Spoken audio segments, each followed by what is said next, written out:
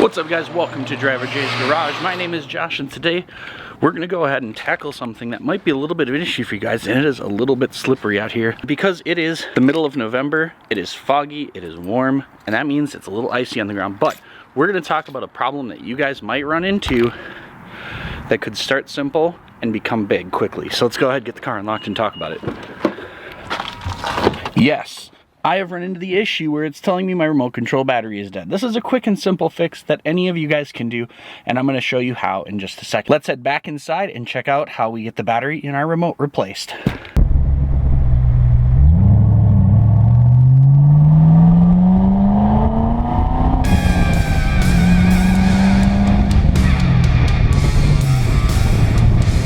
Now that we're back at the workbench here, we're going to go ahead and swap the key fob battery. It's a relatively simple procedure.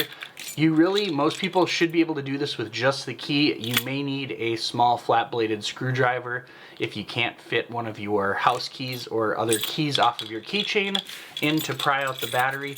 But to open up the case, you just use your emergency key as a pry tool to open up the case. So we'll show you that really quick. All you do to pop the back off to get access to the battery is you have a little button right here. You go ahead and push in on that.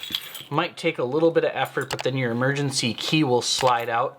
From there, you can turn your key fob up and you'll have this little hole right here on the side with the little loop there. All you do is you push your key into there and you wiggle it just a little, and you should be able to, and it is a little difficult with the key compared to with a screwdriver, but you can pop it loose.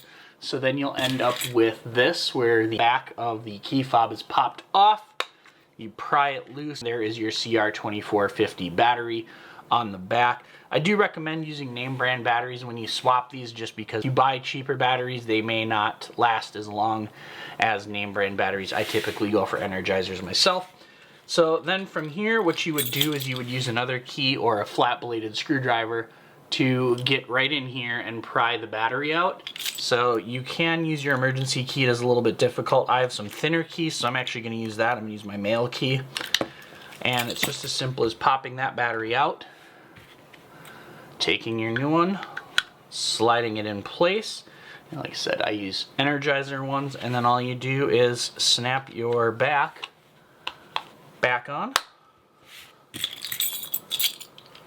slide your emergency key back into place till it clicks, and there you have it. You have a swapped battery. If you found this video helpful, you might find some of my other how-tos helpful. I'll post one of those up here at the top. Otherwise, my other most recent video will be right here down at the bottom. Thanks for watching, guys. Peace.